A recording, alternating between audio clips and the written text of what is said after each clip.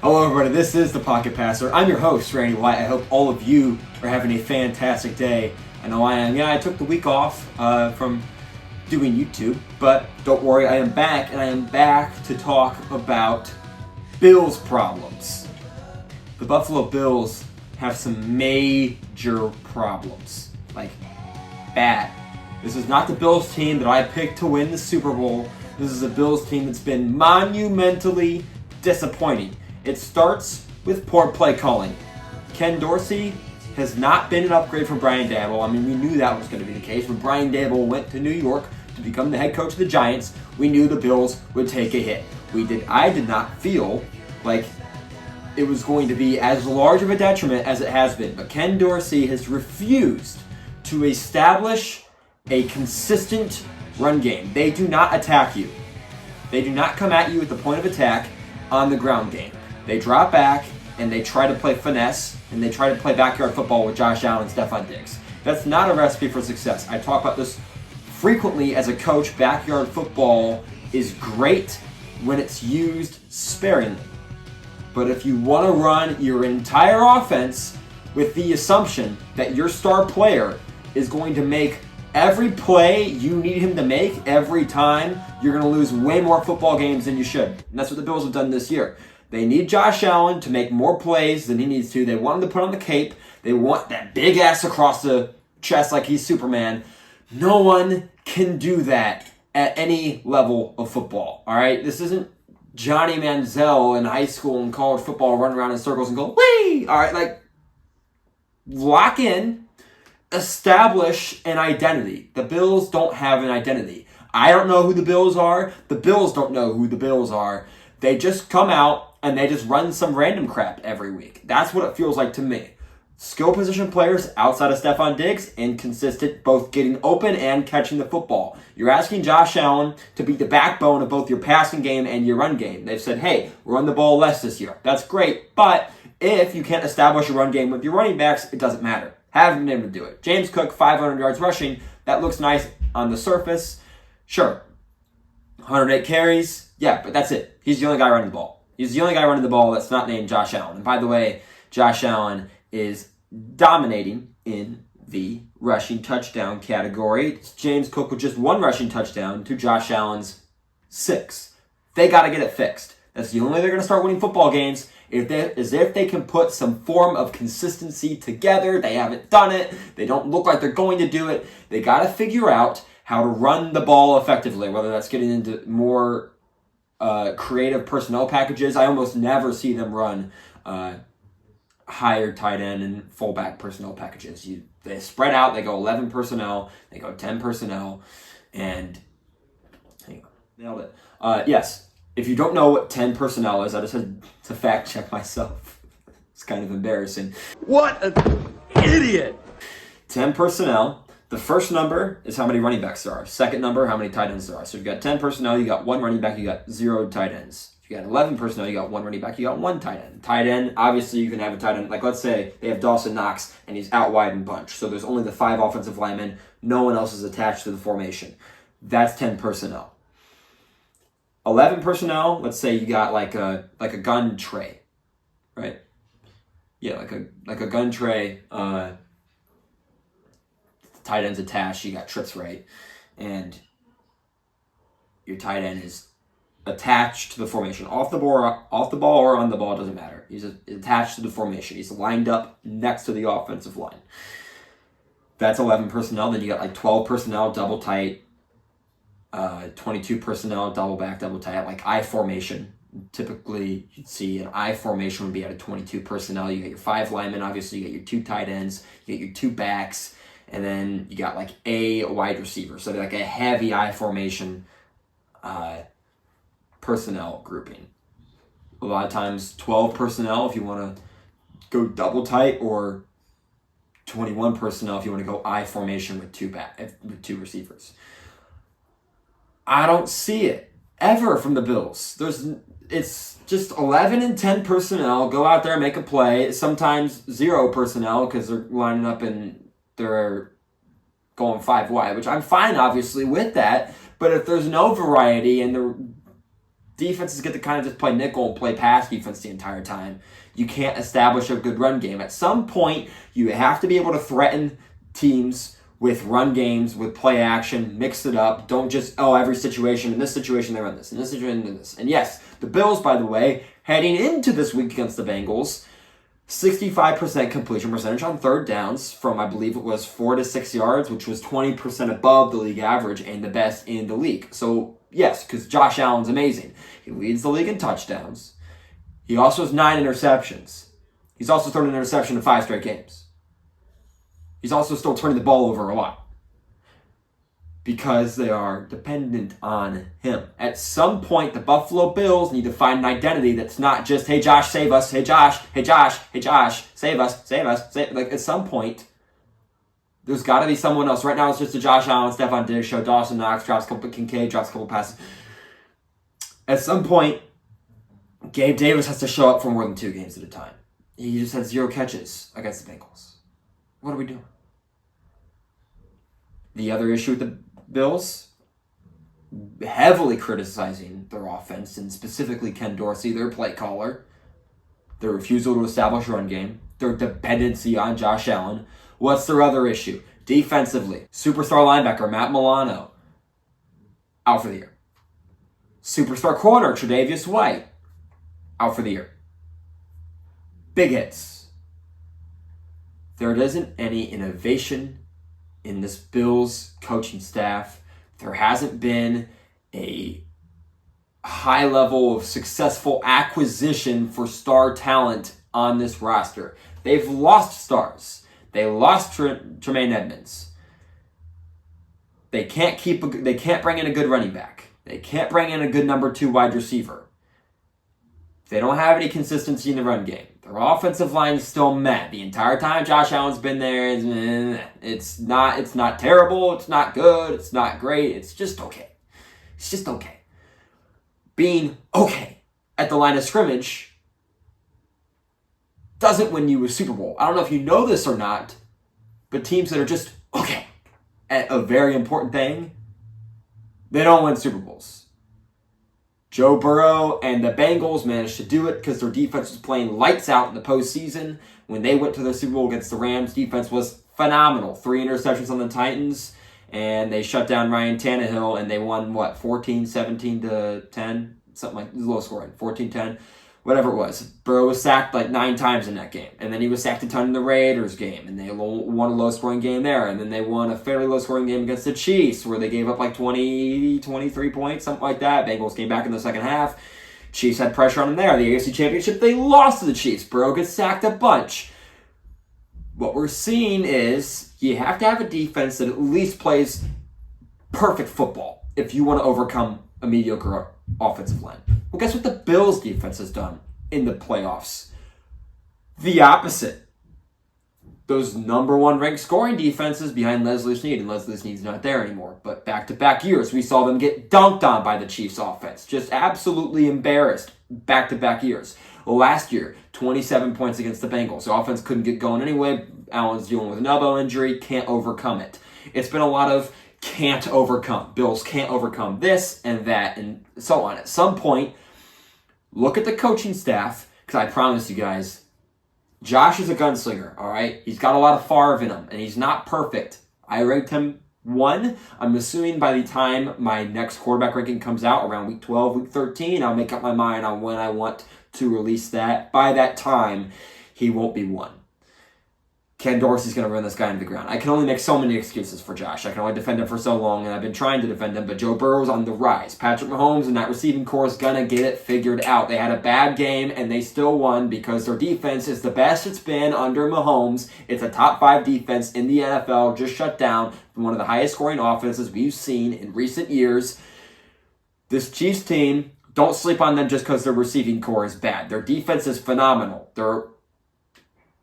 That's actually it. But their offense is going to get it together. It's Andy Reid and Patrick Mahomes, for God's sake. I know Eric Bieniemy's gone and the efficiency of the offense has declined drastically. But at some point, the veteran leadership on that offensive side of the ball, Patrick Mahomes, Travis Kelce, They've got a good offensive line. They got Isaiah Pacheco, who runs like he hates the ground, and he runs like he could die at any moment. I have a ton of respect for that guy, and he just goes and balls. He's still there. They're going to put something together, and they're going to find out a way to win, to play just well enough to win football games. Now, where I think they run into trouble, I don't think if their offense plays the way it is right now, they can hold back Joe Burrow and the Bengals offense enough to keep them from outscoring them. I don't think that's a possibility with how they're playing right now, because Joe Burrow's calf is healthy. Joe Burrow's moving. He looks as mobile as he's ever looked. His obviously decision-making is phenomenal. He's been terrific. 10 touchdowns, 2 picks his last 4 games, as well as a 76% completion percentage. Holy crap. He's been balling. He is quickly surging up that quarterback ranking list. So, Bills are finding themselves, we're not at the top of the conference anymore. Looked like a couple years ago when the Bills lost the AFC Championship to the Chiefs. They'll be back. They'll play them in the AFC Championship again. Probably next year they'll play them in the AFC Championship again. These are the best 2 teams in the AFC. Josh Allen and Mahomes. This will be a rivalry for forever. Next year, Bills lose in overtime. Bengals beat the Chiefs in the AFC Championship. Burrow wins 2 games in a season against Mahomes, regular season, and then championship game. And then following season, beats Mahomes in the regular season, loses in the championship game. And now all of a sudden, Burrow's 3-1 against Mahomes. Josh Allen hasn't beat Mahomes in the postseason. Burrow's done it once. He's split games in the postseason. He's the only quarterback besides Tom Brady, the only active quarterback to beat Mahomes in the postseason. Look out.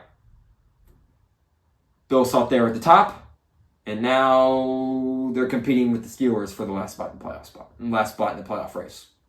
Now the Jaguars are passing them. Now the Bengals have passed them. Now the Dolphins are catching up. Now the Jets are a quarterback and a competent offensive line away, and more so the offensive line than the quarterback at this point. Zach Wilson's throwing for 200 yards, and they're coming up with 6 points, and they're 0 for 2 in the red zone. Why do you think that is? Zach Wilson's not very good, but that offensive line is horrible. It's like cutting it. Okay. The Chargers' pass rush to the Jets' offensive line was like turnstiles at a subway. It was walk through. It was crazy. They got to fix it. In the draft, go out, draft someone who can play now on that offensive line, and get some receivers besides Garrett Wilson. They've got Garrett Wilson. He's a nice piece. He's very good. He's going to continue to get better. After that, nada. Randall Cobb, healthy scratch in their loss to the Chargers last night. Yet the Bills are a half game ahead of them. Not a good spot to be in for Buffalo, who thought they had rose to the top. Sean McDermott came in, cleaned up the mess, got in the playoffs, became a disciplined football team. Well, now guess what? They're reeling backwards. Something's got to change, whether you've got to make a coaching change, a head coaching change, whether you get a new offensive coordinator in there that's willing to establish a run game, that's willing to have some creativity on the offensive side of the ball. They have to fix it, and they got to fix it fast. Josh Allen's not getting any healthier. Back-to-back years now, injuries starting to pile up. Why? His play style. I mentioned it in the offseason last year, mentioned in the offseason this year. At some point, when you ask a guy to carry both the passing game and the rushing game, it starts to fall apart. Lamar Jackson over in Baltimore, they're not asking him to carry every aspect of their offense. They're running the football very effectively with all of their backs, and Lamar Jackson is just throwing dimes all over the field. He's my MVP right now. The Ravens are doing it right. They just bludgeoned the Seahawks, a team that many consider a top 10 team, a team I had in my top 10 for a while. Held to 3 points. The NFC West was dunked on in totality this week. The Rams held to 3 points. The Seahawks held to 3 points. And the Cardinals promptly shut out immediately after benching and trading Joshua Dobbs. That leads me to Joshua Dobbs. Phenomenal game from him to come in and 4 or 5 days later, whatever it was, play in an NFL game that he wasn't expecting to play in. The guy ahead of him gets a concussion. He has to step in and lead a comeback over the Atlanta Falcons. He does a phenomenal job, throws a game-winning touchdown pass in the closing seconds, leads a game-winning drive in a new system with plays he doesn't know. Unbelievable job by Joshua Dobbs, and shout out to him. He was fantastic. This guy just keeps murdering the haters. It's just phenomenal to watch. I mean, this is a guy that's been on, 7 teams?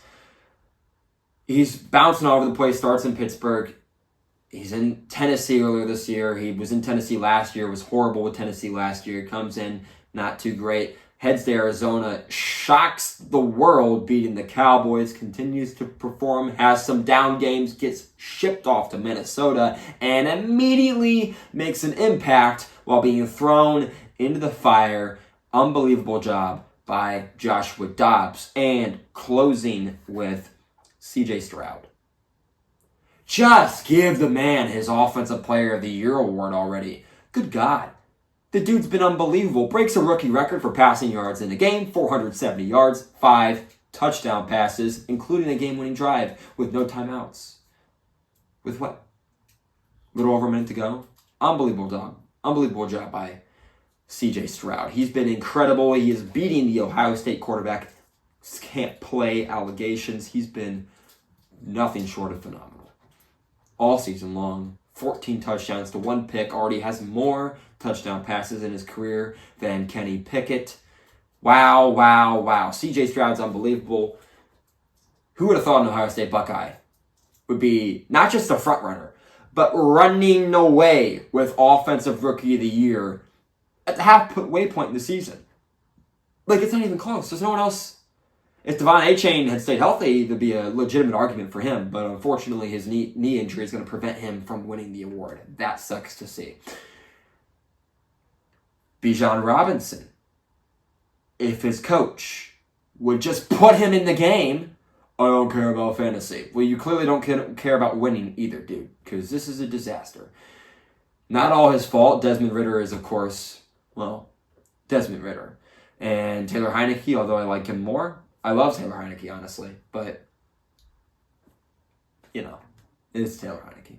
So, can't do a whole lot with it, but for the love of God, can you use your best athlete? It's clearly Bijan. He's clearly your best athlete. It took me 3 seconds of watching Atlanta Falcons football to figure that out. Get him the ball, and get your second best athlete, Kyle Pitts, the ball. For God's sake, you drafted him with the 4th pick. At some point, use him. I don't get it. I don't even have him on my fantasy team. I don't care. But why did you spend your 4th pick in the draft on a guy to just watch the backup tight end get more catches, targets, yards, touchdowns than him? Makes no sense. Try to explain it to me, because it's not computing. It's just not. So this has kind of been, besides my comments on the Bengals, an airing of grievances, so to speak, because the Bills have problems, the Falcons have problems. Obviously, also props to Josh Dobbs, but the Seahawks might have problems. 3 points in a game, good God. At some point, the NFC has to figure out how to play the Ravens. You might have to play that guy in a Super Bowl, and if you do, it's going to be a blowout. That's what it looks like to me. 49ers are crumbling. Hopefully, they get it fixed after the bye week that they were just on. They play again next week. Ideally, the self-scouting that they went through is going to put a patch on their 3-game losing streak. Otherwise, I might have been wrong to give Brock Purdy props early. So hopefully that's not the situation we're in, because Brock Purdy's a phenomenal story from being Mr. Irrelevant to being very, very relevant. I hope he doesn't fall back into irrelevancy like that. That would really be unfortunate. So hopefully they get the pieces together. Oh, and the Dolphins can't beat a good team. Why is that? Why?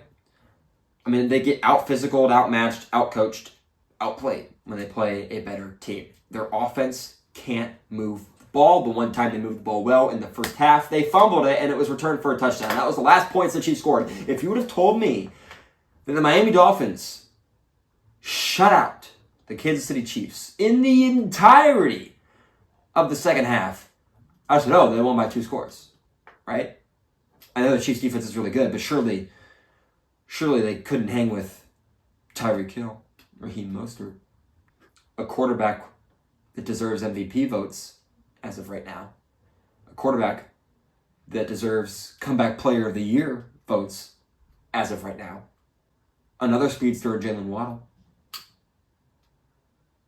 What are we doing? How is this happening? I love Mike McDaniels. I love Tua. I love Tyreek Hill. I love the way Raheem Mostert has played this year. I love that the Dolphins defense got Jalen Ramsey back. I love their defensive coordinator. But they just can't beat a winning football team. I don't get it. You probably don't get it. They probably don't get it. Like McDaniel said, if you don't like a narrative, change it. Or something to that effect. A few moments later.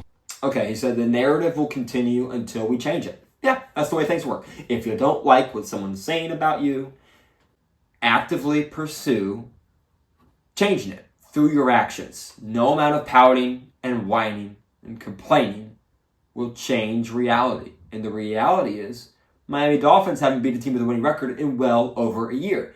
Get it fixed, and you're a Super Bowl contender. Until now, you're a pretender.